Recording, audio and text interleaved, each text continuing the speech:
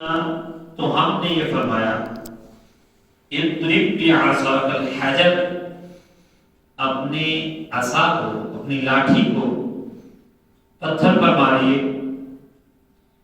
فانفجرت منہ اثنتا عشرۃ عینا، تو اس سے 12 چشمے پھوٹ پڑے پتھر سے۔ قد علم كل اناس مشربهم، ہر گروہ نے اپنا پینے کا گھاٹ پہچان لیا۔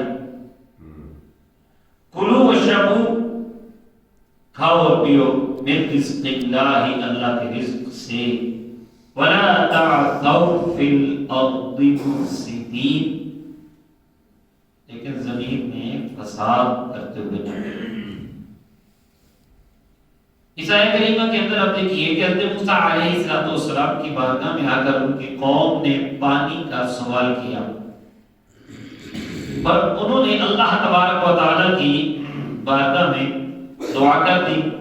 اللہ تبارک و تعالیٰ نے پانی عطا فرمایا، لیکن اس کے لیے ذریعہ حضرت موسیٰ علیہ السلام کی لاٹھی کو بنایا، ظاہری اسباب، ورنہ اللہ تبارک و تعالیٰ تو آسمان سے بھی چھماچم رحمت کی بارش نازل فرما سکتا ہے، اور بھی اسباب ہو سکتے ہیں، لیکن یہاں پر حضرت موسیٰ علیہ السلام سے کیونکہ انہوں نے عرض کیا اور انہوں نے رب کی بارگاہ میں دعا کی، تو اللہ تبارک و تعالیٰ نے اسے حضرت موسیٰ علیہ السلام کا کمال اور معجزہ بنا کر عطا فرمایا، تاکہ اپنے محبوبوں کی شان اللہ تعالیٰ ظاہر فرمائے۔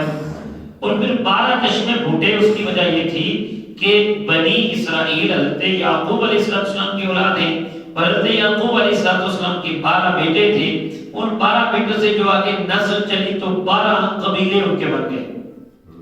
ان 12 قبیلوں میں بھی ہر ایک کا ایک اپنا اپنا ان کے ناز تھے، وہ کہتے تھے کہ ہمارا گہدا ہوا چیز۔ تو اللہ تبارک و تعالیٰ نے اس پتھر کی چٹان سے 12 چشمے، اور پھر ہر ایک کو پہچان ہوگی یہ فلاں قبیلے کا، یہ فلاں قبیلے کا، یہ فلاں قبیلے کا، علیحدہ علیحدہ ان کو مخصوص کر لیا گیا۔ تو یہاں پر پھر حکم دیا گیا کھاؤ پیو اللہ کے دیے ہوئے سے، اور زمین میں فساد کرتے ہوئے نہ پھرو۔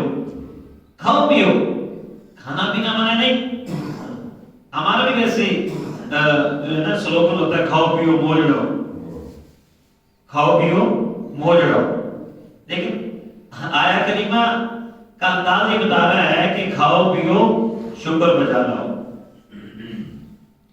سمجھ آ رہی؟ کھاؤ پیو شکر بجا لاؤ، اللہ کا حکم مانو۔ شکر یہی ہے نا کہ جس نے دیا ہے اس کے آگے سر جھک جائے، اس کے آگے اطاعت میں جسم لگ جائے۔ کھاؤ پیو اور زمین میں فساد نہ مچاؤ، کھانا پینا جائز ہے، اللہ نے ہمارے لیے ہی سب کچھ بنایا، لیکن حرام نہ کماؤ، حرام نہ کھاؤ، اور حرام ذرائع سے جو ہے وہ رزق حاصل بھی نہ کرو، اور حرام ذرائع پہ خرچ بھی نہ کرو۔ فساد اس سے ہوتا ہے کہ جب اللہ کے احکام کے خلاف سلسلہ ہو، تو کھانا پینا جو ہے تو انسان کی بنیادی ضرورت ہے، لیکن اس میں پھر حد سے جب بڑھتا ہے انسان تو پھر وہ اللہ تعالیٰ کا ناپسندیدہ انسان بن جاتا ہے۔ ایک اور جگہ قرآن حکیم میں اللہ تعالیٰ نے فرمایا کلوا واشربوا ولا تسرفوا، کھاؤ اور پیو اور حد سے نہ بڑھو، زیادتی نہ کرو، کسی کا حق نہ کھا جو۔ انہ لا یحب المسرفین، کیونکہ وہ حد سے بڑھنے والوں کو پسند نہیں فرماتا، اسے حد سے بڑھنے والوں سے محبت نہیں ہے، زیادتی کرنے والوں سے محبت نہیں ہے۔ تو ساتھ اللہ کی نعمتیں، میرے آقا علیہ السلام نے ایک مرتبہ صحابہ کرام علیہ رضوان کے ساتھ ایک جگہ مختلف اللہ کی نعمتیں تناول فرمائی، تو آخر میں نبی پاک نے ان کو توجہ دلائی، بھائی یہ جو نعمتیں کھائی ہیں ان کے بارے میں سوال بھی ہونا ہے، ثم لتسألن یومئذ عن النعیم۔ احساس، کھاؤ پیو موج اڑاؤ کا مطلب یہ ہوتا ہے کہ یار چھوڑو نہ نماز کا پتہ نہ روزے کا پتہ، بس موج کرو، عیش کرو، نعرہ نہیں ہونا چاہیے، تو آج سے ہمارا نعرہ کیا ہونا چاہیے؟ کھاؤ پیو اور اللہ کا شکر بجا لاؤ۔ بہرحال اس آیت کریمہ میں ہم نے یہ بھی دیکھا کہ اللہ کے نبی کی بارگاہ میں آ کر امتی فریاد کرتے ہیں اور اللہ کے نبی ان کی امداد کرتے ہیں اور رب کی بارگاہ میں دعا کرتے ہیں۔ اللہ تبارک و تعالی اپنے مقبولان بارگاہ کی دعا قبول کر کے ان پر کرم فرماتا ہے۔ تو یہ حضرت موسیٰ علیہ السلام ہیں، لاٹھی پتھر پر باندھتے ہیں، چشمے بہہ پڑتے ہیں۔ معجزہ جو ہے وہ بہت بڑا ہے، معجزہ بہت بڑا ہے، لیکن یہ بھی تو دیکھیے نا کہ قرآن میں وَإِنَّ مِنَ الْحِجَارَةِ لَمَا يَتَفَجَّرُ مِنْهُ الْأَنْهَارُ، پتھروں میں سے کچھ ایسے بھی ہیں جن سے نہریں پھوٹ پڑتی ہیں۔ وَإِنَّ مِنْهَا لَمَا يَشَّقَّقُ فَيَخْرُجُ مِنْهُ الْمَاءُ، پتھر کچھ ایسے بھی ہوتے ہیں جو پھٹ جاتے ہیں جس سے پانی بہہ پڑتا ہے۔ تو پتھر تو زمین سے بنا ہے نا، تو زمین سے تو پانی کے چشمے نکلتے ہی ہیں۔ شیخ محقق شاہ عبد الحق محدث دہلوی رحمۃ اللہ علیہ فرماتے ہیں موسیٰ علیہ السلام کا کمال ٹھیک ہے، بڑا کمال ہے اور معجزہ ہے کہ انہوں نے پتھر پر لاٹھی ماری، چشمے بہہ پڑے، لیکن میرے آقا حضرت محمد مصطفیٰ صلی اللہ علیہ وسلم کو اللہ نے شان یہ عطا فرمائی کہ ادھر مٹی سے یا زمین کی جن سے تو پانی نکلتا ہی تھا، میرے آقا علیہ السلام نے اپنے جسم مبارک کے گوشت پوش سے چشمے جاری کر کے دکھائے، ہاتھ مبارک رکھا، پانی کے چشمے بہہ پڑے۔ انگلیاں ہیں فیض پر، ٹوٹے ہیں پیاسے جھوم کر، ندیاں پنجاب میں رحمت کی ہیں جاری واہ واہ۔ بخاری شریف دیکھ لیجئے، حدیث نمبر 3576 کتاب المناقب ہے۔ اس کا خلاصہ یہ ہے کہ حدیبیہ کے مقام پر نبی رحمت صلی اللہ علیہ وسلم ایک چمڑے کے تھیلے میں جو پانی تھا اس سے وضو فرما رہے تھے کہ سارے صحابہ کرام آپ علیہ السلام کی گرد آ کر جمع ہو گئے۔ حضور علیہ السلام نے پوچھا بھی کیا بات ہے، کیوں جمع ہو گئے؟ حضور نہ پینے کے لیے پانی ہے نہ وضو کے لیے پانی ہے، یہ جو آپ وضو کر رہے ہیں بس یہی پانی ہے۔ میرے آقا رحمت علیہ السلام نے اپنا دست اقدس اس تھیلے میں رکھا، دست اقدس کے نیچے سے پانی کے چشمے بہنا شروع ہو گئے۔ نبی پاک نے کہا چلو جی وضو بھی کرو، جس کو جو ضرورت ہے پانی لیتے جاؤ۔ اور راوی سے نچلے راوی جو سالم ہے انہوں نے پوچھ لیا کہ آپ اس دن کتنے تھے؟ تو بتانے والے صحابی رضی اللہ تعالیٰ عنہ کہنے لگے لو کننا مئۃ الف لکفانا، اور بھائی ہم لاکھوں بھی ہوتے پانی ہمیں پورا ہو جاتا، ویسے ہم 1500 تھے، 1500 تھے۔ اور ایسے واقعات ایک نہیں، ایک سے زیادہ واقعات آپ کتاب المعجزات میں دیکھ لیں، مشکات میں دیکھ لیں، دیگر کتابوں میں دیکھیں، بے شمار واقعات کہ کھانا نبی کریم صلی اللہ علیہ وسلم نے 4 دفعہ کھانا ہزاروں کو کھلا دیا، کئی سینکڑوں کو کھلا دیا، بہت سے واقعات ہیں۔ تو نبی رحمت صلی اللہ علیہ وسلم کی بارگاہ میں بھی صحابہ آتے تھے، عرض کرتے تھے، اپنی مشکلات پیش کرتے تھے اور میرے آقا علیہ السلام ان کی مدد فرماتے تھے۔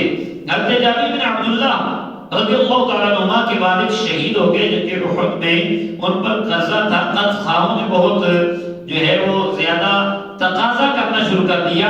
سیدنا جابر بن عبداللہ رضی اللہ تعالیٰ عنہما نبی رحمت صلی اللہ علیہ وسلم کی بارگاہ میں حاضر ہو گئے۔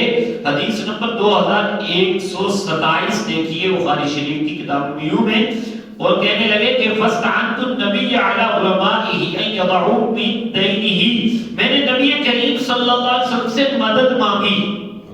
فَاسْتَعَنْتُ النَّبِيَّ صلی اللہ علیہ وسلم، میں نے نبی کریم صلی اللہ علیہ وسلم سے مدد مانگی ان قرض خواہوں کے حق کے بارے میں کہ یہ قرض خواہ کچھ قرض میں کمی کر دیں۔ نبی کریم صلی اللہ علیہ وسلم نے ابتداء قرض خواہوں سے تو بات کی کہ بھائی اس کے قرض کے حوالے سے کچھ نرمی کرو، دے دے گا، آہستہ آہستہ یہ کچھ کم کر دو، مہلت دو۔ انہوں نے انکار کر دیا۔ سرکار دو عالم صلی اللہ علیہ وسلم فرمایا کہ جابر گھبرانا نہیں ہے، جاؤ تم جتنے بھی تمہارے باغ ہیں نا جہاں کھجوریں لگی ہوئی ہیں وہ کھجوریں اتارو، اور کھجوروں کے مختلف جو قسمیں ہیں ان کے ڈھیر بنا لو، اور جب تم ڈھیر بنا لو نا پھر مجھے بلا لو۔ جب نبی کریم صلی اللہ علیہ وسلم وہاں تشریف لے گئے، حضور علیہ السلام نے ان ڈھیروں کے گرد چکر لگایا اور پھر تشریف فرما ہوئے، رب کی بارگاہ میں دعا کر دی، اور آپ نے فرمایا بلاؤ قرض گاہوں کو اور قرض ادا کرتے رہو۔ اس کے مطابق وہ کھجوریں ان ڈھیروں سے دیتے رہے، سارے قرض گاہوں کا قرض ادا ہو گیا۔ حضرت جابر بن عبداللہ رضی اللہ تعالیٰ عنہ بتاتے ایک کھجور بھی کم نہیں، ایک کھجور بھی کم نہیں ہوئی، بلکہ آپ یوں کہہ لیں کہ نبی پاک نے ان سے بھی کچھ نہیں لیا، سب کچھ اپنی طرف سے عطا فرما دیا کہ میرے کریم سے گھر قطرہ کسی نے مانگا دریا بہا دیے ہیں، دور بے بہا دیے ہیں، اور کون دیتا ہے دینے کو منہ چاہیے، دینے والا ہے سچا ہمارا نبی۔ تو نبی رحمت صلی اللہ علیہ وسلم کی آپ سیرت میں دیکھیں بے شمار واقعات ہیں۔ بارش نہیں ہوتی، جمعہ کے ایک خطبے میں صحابہ کے عرض کرتے ہیں میرے آقا خطبے کے دوران اکھڑ کے دعا کرتے ہیں، اسی وقت جب نبی کریم صلی اللہ علیہ وسلم نیچے تشریف لا رہے ہوتے ہیں ممبر سے تو داڑھی مبارک بارش سے تر ہو رہی ہوتی ہے، اگلے جمعے تک بارش ہوتی رہتی ہے، اور اگلے جمعے میں آگے وہی شخص یا دوسرا کوئی شخص عرض کرتا ہے حضور تو اب تو اتنی ہو گئی کہ جو ہے وہ گھر گرنے لگ پڑے ہیں، اب دعا کیجئے کہ یہ رک جائے۔ میرے آقا علیہ السلام پھر ہاتھ اٹھاتے رب کی بارگاہ میں اور اپنے وہ دست مبارک سے اشارہ کرتے بادلوں کی طرف، اور درمیان سے بادل چھٹ جاتے ہیں اور مدینہ شریف سے ہٹ جاتے ہیں، اور اسی لیے اعلیٰ حضرت کہتے ہیں کہ جن کو سوئے آسماں پھیلا کر جل تل بھر دیے، صدقہ ان ہاتھوں کا پیارے ہم کو بھی درکار ہے۔ تو مصطفیٰ کریم صلی اللہ علیہ وسلم وہ سے معجزات ہیں۔ اس آیہ کریمہ میں حضرت موسیٰ علیہ السلام کا معجزہ ذکر کیا گیا۔ آیہ نمبر 61 میں ان کا ایک اور مطالبہ عرض جو تھی بنی اسرائیل کی، وہ سنیے، کہنے لگے وَإِذْ قُلْتُمْ يَا مُوسَىٰ لَن نَّصْبِرَ عَلَىٰ طَعَامٍ وَاحِدٍ۔ اللہ تعالیٰ فرماتا ہے کہ وہ یاد کرو بنی اسرائیل والوں، جب تم نے کہا تھا اے موسیٰ ہم سے ہرگز نہیں صبر ہوتا ایک کھانے پر، یہ من و سلوہ اسپیشلی جو اللہ کی طرف سے عطا تھی، انعام تھا، بغیر محنت و مشقت کے انہیں وہ کھانا مل جایا کرتا تھا، تو وہ کہنے لگے جی اس پہ ہم اس پر صبر نہیں کر سکتے، اب کھا کھا کے ایک ہی چیز جو ہے تو کچھ چینج چاہتے ہیں۔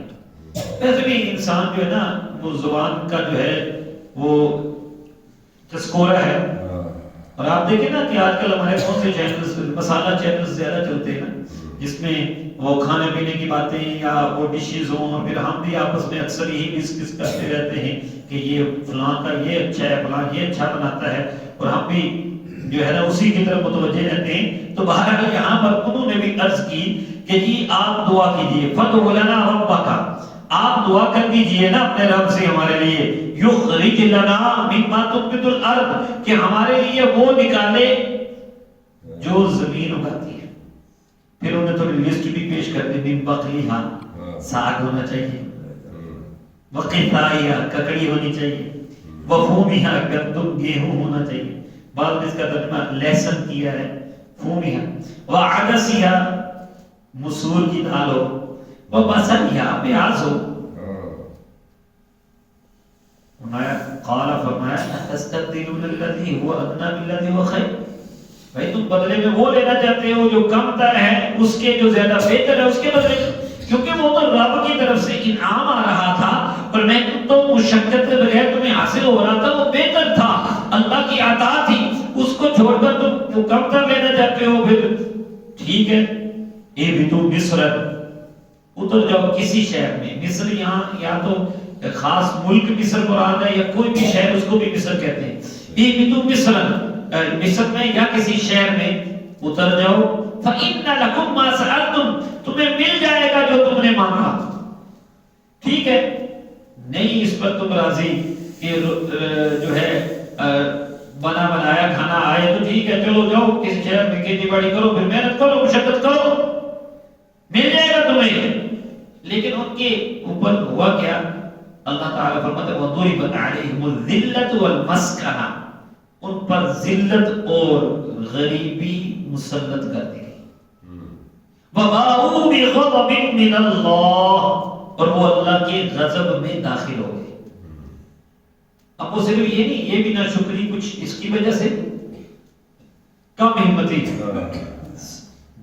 صبر، زندگی میں صبر میں نا بڑی نعمت ہے، اور اللہ کی عطا پر راضی رہنا، رب کی رضا پر راضی رہنا. جیل سونا میرے دکھ چلا لیکن سکھ نہ چلے پاؤں. رب کی رضا پر راضی رہنا بڑی بات ہے، بڑی ہمت والوں کی بات ہے. لیکن کم ہمتی سے برکات کم ہو جاتی ہیں، بے صبری سے برکات ختم ہو جاتی ہیں. ایک تو یہ وجہ تھی، لیکن صرف یہی نہیں تھا کہ یہ ناشکری تھی، بلکہ اور بھی تھا. ذالک بأنہم، ذرا کان کھول کے یہ بات سنیے گا.